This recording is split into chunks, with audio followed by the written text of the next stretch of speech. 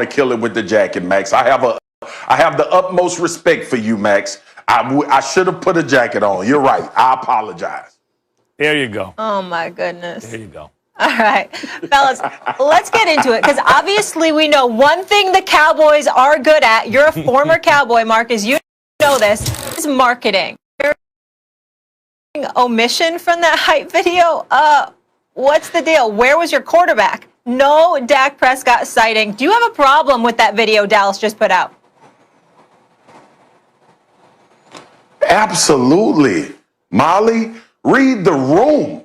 Yeah. Social team for the Dallas Cowboys. Understand what's been transpiring over the past 3 years. I was 34 when we started talking about Dak Prescott needing a new damn contract. Okay? So no, this is not a situation where you have an oversight or you send out an apology. That's like me putting a promo of First Takeout and putting 3 different people other than you, Stephen A, and Max in there, Molly, and then saying, oh, it was our apologies. We just wanted to put the guests that come on First Take in the promo video. Like, what are we talking about? We are talking about the #1 marketed team in the NFL. We are talking about people. I know people in that building that literally get paid to make sure the Dallas Cowboys are at the forefront and make sure all of the messaging is on par. And you telling me that you put out a hype video after a season where Dak Prescott tore his ankle up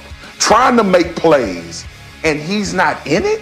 And now we got to go through another cycle of a contract situation. So look, it's a bad look. It may be a simple, honest mistake, but that simple, honest mistake, they had to know is going to send waves after they sent it out. So yeah, it's a mess, man.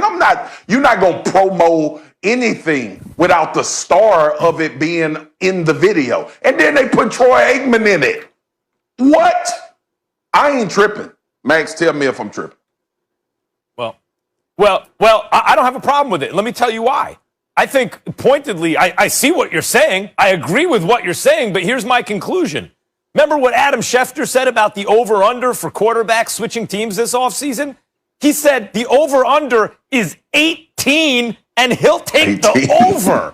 There's going to be a lot of new faces in a lot of new places. And to me, this hype video tells me Dallas is thinking, this cat may not be our quarterback this upcoming season. Let's be honest about this. Dallas blew it when I think they could have had him at a steep discount when he was still on that rookie deal, and because he was a 4th rounder, he was so underpaid, and clearly he was playing much better than a 4th round draft pick or even just an average starting quarterback, given his leadership qualities, the numbers he was putting up. There were better quarterbacks than Dak, but his trajectory said there's a potentially great player here, and he's already a good player. That's the time to lock him up to a middle-class contract by quarterback standards if you want to pay him in the $20 million range, but they tried to milk that $2 million 4th-round salary as long as they could till the 11th hour before they finally made him an offer commensurate with the market. Now, my feeling is Goff and Wentz got bad contracts. And the contract they offered Dak also might not have been great for the Cowboys. And in fact, he got hurt that year. So clearly it wouldn't have been good for the Cowboys, right? But the point is they waited till the last second to offer it to him. Obviously, the relationship soured somewhat. His agent apparently wanted a shorter contract. He never signed it. Dak is not locked up on the Cowboys. And Marcus, if 18 teams are going to switch, that's the over-under, and Schefter's taking the over, I think Dallas is getting ready for a reality where Dak may not be the quarterback. Max, absolutely. But we also have to remind ourselves of all of the talk that has led up to the point we're at now. Like, everybody was under this assumption that Dak Prescott would get signed and it's going to work out with the Dallas Cowboys. And to your point, like, that may be an example. That may be a conscious omission made of him not being in the hype video. But isn't that the problem too? Like, the problem is he's been omitted from getting contracts and everybody else has. You know what else I saw in that hype video? A lot of dudes that got paid during the time where Dak Prescott should have got paid. Like, this is clear messaging. Now that we having this conversation, and then the bottom line too, y'all know how I am. It's the quarterback. It's the quarterback. And you've said that this is your franchise guy, and every piece of material you should put out should be glowing about Dak Prescott. And I want to remind everybody, because I got killed for this during the season. When everybody came out kumbaya from the Dallas Cowboys about Dak Prescott after he tore his ankle up. Yeah, that's our guy. And we love him. And we hope Dak is great. Don't even ask me to question Dak gonna be our quarterback. Well, here we are again having this conversation. And this is a piece of evidence, whether big or small, that you can look at and say was a conscientious decision made, because Dak Prescott not being in a hype video after almost dislocating his ankle off of the bottom of his leg with a team that went through all the things that Dallas went to is a gross mistake by the social team or whoever wanted to make the decision not to have him in the video. And for the ones that's going to say, man, don't be reacting and the Cowboys doing all of this to keep themselves in the media. I don't give a damn what the Cowboys doing to keep the conversation going about them in the media. This conversation is about Dak Prescott, how he's being perceived, and how his closest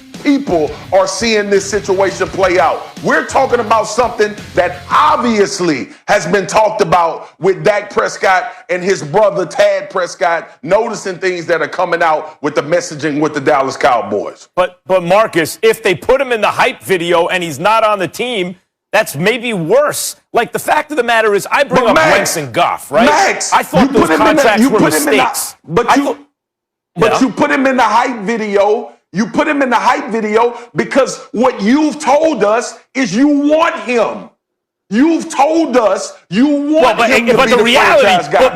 But what teams say and what they do are two different things. And by the way, there's a guy who's on the trading block, no matter what the Texans say, named Deshaun Watson. Like, who knows? My point is this. Goff and Wentz got their deal, same quarterback classes, except they were drafted 1 and 2, and Prescott was in the 4th round. The Goff contract turned out so bad, they had to include multiple first-rounders to get rid of the contract and bring in Stafford. The Wentz contract is awful, and he's being shopped right now.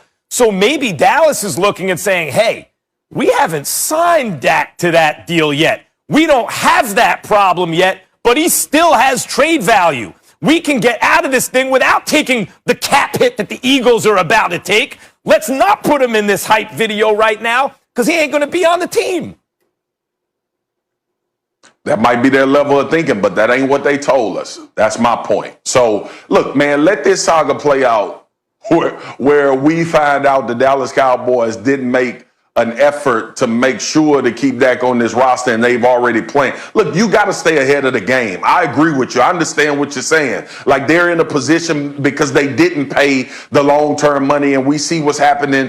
We saw what happened in Los Angeles, and we see what's happening with Philly right now. But the bottom line is this, Max. When we talking about this hype video, we talking about 3 years of conversation. This is not just about the hype video. All right, the hype video is the latest slap in the face in what we've been reading about all of the situation with Dak Prescott. Yeah, you're definitely not feeling wanted Molly, when you're left off of it. You know how a team is lying about a player they may want to trade? Their lips are moving. Mm-hmm. Yeah, facts. Absolutely. I'll leave you guys with this. Since 2016, when Dak entered the league, there's only 4 quarterbacks that have a better QBR than him. Watson, Breeze, Mahomes, and Jackson. And they're all pretty darn good. Got to show the man some respect.